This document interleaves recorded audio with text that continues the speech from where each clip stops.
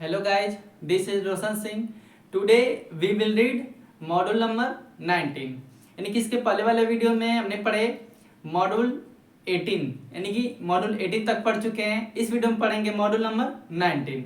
तो अगर वीडियो अच्छा लगेगा तो वीडियो को लाइक और चैनल को सब्सक्राइब जरूर कीजिएगा, ठीक ना। तो चलिए स्टार्ट करते हैं मॉड्यूल नंबर 19, ठीक ना। यानी कि 19 मॉड्यूल की हिंदी इकाई। आज पढ़ेंगे इकाई नंबर 19, ठीक ना। तो मॉड्यूल नंबर 19 को पढ़ने के लिए सबसे पहले क्या लिखेंगे? सिंटेक्स, यानी कि सिंटेक्स मीन्स सूत्र। हर एक मॉड्यूल को पढ़ने के लिए किसका जरूरत पड़ता है? एक सिंटेक्स का। अब इस सिंटेक्स में क्या होगा? यानी कि सबसे पहले आएगा subject plus helping verb. Subject के बाद क्या आएगा? Helping verb plus event plus verb plus other, ठीक ना। वर्ब के बाद क्या आएगा? यानी कि वर्ब के बाद अदर। ये है क्या? सिंटेक्स। अब लिखेंगे सिंपटम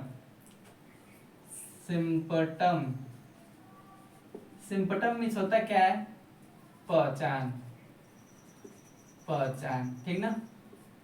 तो इसमें पहचान क्या आएगा? यानी इसमें एक ही पहचान है, भी प्लस अन्य वाक्य, ठीक ना। इवन का मतलब क्या होता है? भी, यानी कि भी और प्लस अन्य वाक्य। यानी कि इसमें इवन ही मुख्य है, यानी कि इवन क्या आएगा? हर एक सेंटेंस में भी अवश्य आएगा। और क्या है? वर्ब प्लस अदर, यानी कि सब्जेक्ट आएगा हेल्पिंग वर्ब का मतलब सहायक क्रिया इसमें इसलिए लिखा है, सिर्फ डू डज वाज वर ऐसा नहीं लिखा है। यानी कि डिड, डू, डज, डिड और विल इसलिए नहीं लिखा है क्योंकि इसमें तीनों में से कोई भी आ सकता है, ठीक ना। कंफर्म नहीं है कि एक ही आएगा, इसलिए हेल्पिंग वर्ब यानी कि सहायक क्रिया कोई भी आएगा। Even plus verb plus other, यानी कि उसके बाद क्या आएगा? Even verb other. जैसे एग्जांपल लिखते हैं, यानी कि इसमें एग्जांपल देखते हैं। एग्जांपल नंबर फर्स्ट लिखते हैं, वह आजकल आता भी नहीं है। एग्जाम्पल क्या है? वह आजकल आता भी नहीं है। भी आया ना, यानी कि वह आजकल आता भी नहीं है। तो सबसे पहले क्या है? सब्जेक्ट। इसमें सब्जेक्ट क्या है? वह। तो आता है तो ही। उसके बाद हेल्पिंग वर्ब इसमें क्या लगाएंगे? यानी कि आता हिंदी वाक्य के लास्ट में क्या आता है, यानी कि ता आती है। तो प्रेजेंट इंडेफिनिट टेंस। तो प्रेजेंट इंडेफिनिट टेंस में हेल्पिंग वर्ब क्या होता है? यानी कि सहायक क्रिया क्या होता है? Helping verb. तो डू और डज, हेल्पिंग वर्ब में डू और डज। और क्या इसमें आएगा? यानी कि पास्ट इंडेफिनिट टेंस में आ सकता है। तो पास्ट इंडेफिनिट टेंस का हेल्पिंग वर्ब डिड। और किसमें आ सकता है? फ्यूचर इंडेफिनिट में। तो फ्यूचर इंडेफिनिट टेंस का हेल्पिंग वर्ब यानी कि सहायक क्रिया हेल्पिंग वर्ब क्या होता है? फ्यूचर इंडेफिनिट टेंस का विल सेल, ठीक ना, विल सेल। तो लिखेंगे, इसको बनाएंगे सेंटेंस को। वह आजकल आता भी नहीं है तो ही। उसके बाद हेल्पिंग वर्ब क्या रहेगा?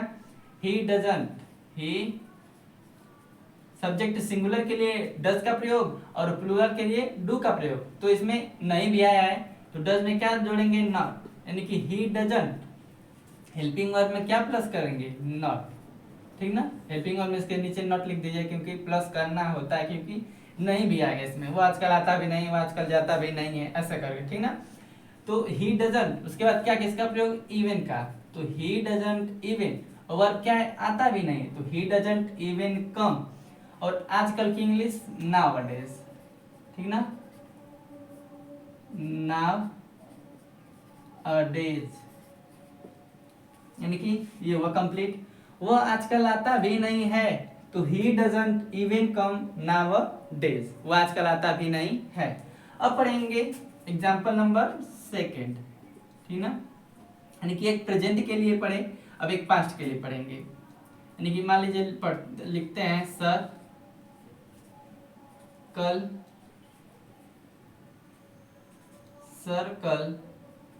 यानी कि सर पढ़ाते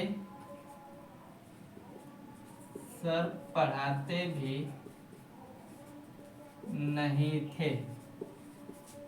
क्या है, सर पढ़ाते भी नहीं थे, तो इसमें सब्जेक्ट क्या है, सर, तो सर के लिए सब्जेक्ट क्या है, सर, तो सर के लिए क्या लिखेंगे, सर। उसके बाद हेल्पिंग वर्ब क्या, यानी कि ते और थे, यानी कि ता था ती थी, ते थे आया ना, भी और नहीं को छोड़िए, क्या है आप वर्ब के लास्ट में ते और थे, लेकिन ता था ती थी ते थे आए तो पास्ट इंडेफिनिट टेंस। तो पास्ट इंडेफिनिट टेंस का सहायक क्रिया अभी मैंने बताया क्या, डिड।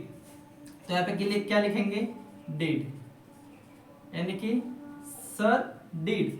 तो डिड में क्या नहीं आया तो नॉट जोड़ देंगे, तो सर डिडंट। सर पढ़ाते भी नहीं थे, तो सर डिडंट और वर्ब इवन, उसके बाद हेल्पिंग वर्ब के बाद इवन, तो सर डिडंट इवन यानी कि भी के लिए इवन। उसके बाद वर्ब क्या है, पढ़ाते भी नहीं, तो पढ़ाने का टीच, तो लिखेंगे टीच, और अदर कुछ नहीं तो अदर नहीं लिखेंगे। यानी कि सर पढ़ाते भी नहीं थे, तो sir didn't even teach, sir पढ़ाते भी नहीं थे, तो सर डिडंट इवन टीच। अब लिखेंगे, एक हुआ प्रेजेंट के लिए एग्जांपल, एक हुआ पास्ट के लिए, यानी कि प्रेजेंट इंडेफिनिट के लिए, पास्ट इंडेफिनिट के लिए। अब एक एग्जांपल करेंगे फ्यूचर इंडेफिनिट के लिए, ठीक ना। तो इसे रेज करते हैं। अब लिखेंगे एग्जाम्पल नंबर थर्ड, किसके लिए, पास्ट इंडेफिनिट के लिए, सॉरी फ्यूचर इंडेफिनिट के लिए, ठीक ना। यानी कि लिखते हैं राजू बाजार जाएगा भी नहीं, ठीक ना। राजू बाजार जाएगा भी नहीं, भी आया प्लस अन्य वाक्य बाजार भी आया, यानी कि भी कराना जरूरी है। सिंपटम में क्या देखने को मिलेगा, लेकिन हिंदी वाक्य में, किसी भी हिंदी वाक्य में भी आए, वो आजकल जाता भी नहीं, वो आजकल रहता भी नहीं, वो आजकल खाता भी नहीं है, तो क्या समझेंगे, यानी कि मॉड्यूल नंबर 19 होगा, और क्या इवन, भी का इंग्लिश इवन। तो इसको बनाएंगे कैसे, यानी कि राजू बाजार जाएगा भी नहीं, तो इसमें सब्जेक्ट क्या है, राजू, तो लिखेंगे राजू। उसके बाद हेल्पिंग वर्ब जाएगा भी नहीं, यानी कि क्या आया, गागी गे, क्या आया हिंदी वाक्य में, गागी गया, तो गागी गया है, तो क्या फ्यूचर इंडेफिनिट टेंस। तो फ्यूचर इंडेफिनिट टेंस में सहायक क्रिया क्या होता है, विल सर। तो इसमें राजू है तो किसका प्रयोग, विल का, और नहीं आया तो क्या जोड़ देंगे, नॉट जोड़ देंगे। तो विल है, विल में नॉट जोड़ेंगे तो क्या हो जाता है, उंट, ठीक ना, उंट, यानी कि राजू उंट। उसके बाद इवन, उसके बाद किसका प्रयोग, इवन का प्रयोग, इवन। उसके बाद क्या वर्ब क्या है, जाएगा भी नहीं, तो जाने का गो, और अदर में क्या है, बाजार, तो गो टू मार्केट, यानी कि राजू बाजार जाएगा भी नहीं, तो Raju won't even go to market. अब पढ़ेंगे एग्जाम्पल नंबर 4, यानी कि एक और एग्जाम्पल लिख देते हैं, क्या, मैं शादी में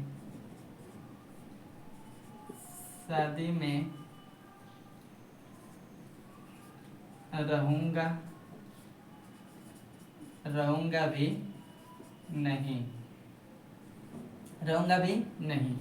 तो इसमें सब्जेक्ट क्या आया, मैं, तो मैं के लिए आई। उसके बाद हेल्पिंग ऑफ क्या, रहूंगा, गा की क्या है, तो फ्यूचर इंडेफिनिट, तो फ्यूचर इंडेफिनिट में आई के साथ सेल का प्रयोग, तो आई सेल लिख के इसमें क्या करेंगे, नॉट जोड़ेंगे क्योंकि नहीं है, तो आई संट। उसके बाद इवन, किसका प्रयोग, इवन का प्रयोग, तो लिखेंगे इवन। तो आई शांट इवन, वर्ब क्या है, रहूंगा भी नहीं, तो I shan't even live, live, और कहाँ, शादी में, तो लिव इन द मैरिज, ठीक ना, यानी कि मैं शादी में रहूंगा भी नहीं, तो I shan't even live in the marriage. यानी कि मॉडल नंबर 19 में क्या करेंगे, यानी कि सिंटेक्स में क्या है, subject, helping verb plus plus not भी लिखेंगे, यानी कि हेल्पिंग वर्ब के नीचे नाट, क्योंकि हेल्पिंग वर्ब में नाट भी जुड़ रहा है, ठीक ना। उसके बाद इवन का प्रयोग प्लस वर्ब का प्रयोग प्लस अदर, उसका लिखेंगे क्या, प्लस अदर। लेकिन मैंने बताया सिम्पटम में भी प्लस अन्य वाक्य, यहाँ पे मुख्य क्या है, सिम्पटम में भी कराना जरूरी होता है। कि राजू बाजार जाएगा भी नहीं, तो Raju won't even go to market, मैं शादी में रहूंगा भी नहीं, तो I shan't even live in the marriage, यानी कि मैं शादी में रहूंगा भी नहीं। जैसे ऐसे आ रहा है कि वो बाजार जाता भी, सॉरी वो बाजार जाएगा भी नहीं, तो सेम ऐसे इसी तरह बनाएंगे, यानी कि he won't even go to market, ठीक ना। ऐसे पास्ट में आए, यानी कि वह पढ़ते भी नहीं थे, तो यानी कि वे पढ़ते भी नहीं थे, तो दे डिडंट इवन रीड, ठीक ना। प्रेजेंट में, प्रेजेंट इंडेफिनिट में, पास्ट इंडेफिनिट में और फ्यूचर इंडेफिनिट में, तीनों में आ रहा है, इसलिए किसका प्रयोग यहाँ पे कर रहे हैं, हेल्पिंग वर्ब का। यहाँ पे डायरेक्ट लिख नहीं रहे हैं कि डू डज और क्या डिड का प्रयोग और किसका प्रयोग, विल का प्रयोग और सर का प्रयोग, ऐसे डायरेक्ट लिख नहीं रहे हैं, क्योंकि हेल्पिंग वर्ब किसी टेंस का भी आ सकता है, ठीक ना, प्रेजेंट पास्ट फ्यूचर में से। तो ये था एक छोटा सा मॉड्यूल, क्या मॉड्यूल नंबर 19। तो आप लोग अगर समझ गए होंगे मॉड्यूल नंबर 19 और आ गया होगा कंफर्म आपको क्या मॉड्यूल नंबर 19, तो कमेंट में ज़रूर बताइएगा कि किसे किसे समझ में आया। मिलते हैं नेक्स्ट वीडियो में एक ऐसे ही छोटे और अच्छे टॉपिक के साथ, तब तक के लिए जय माता दी।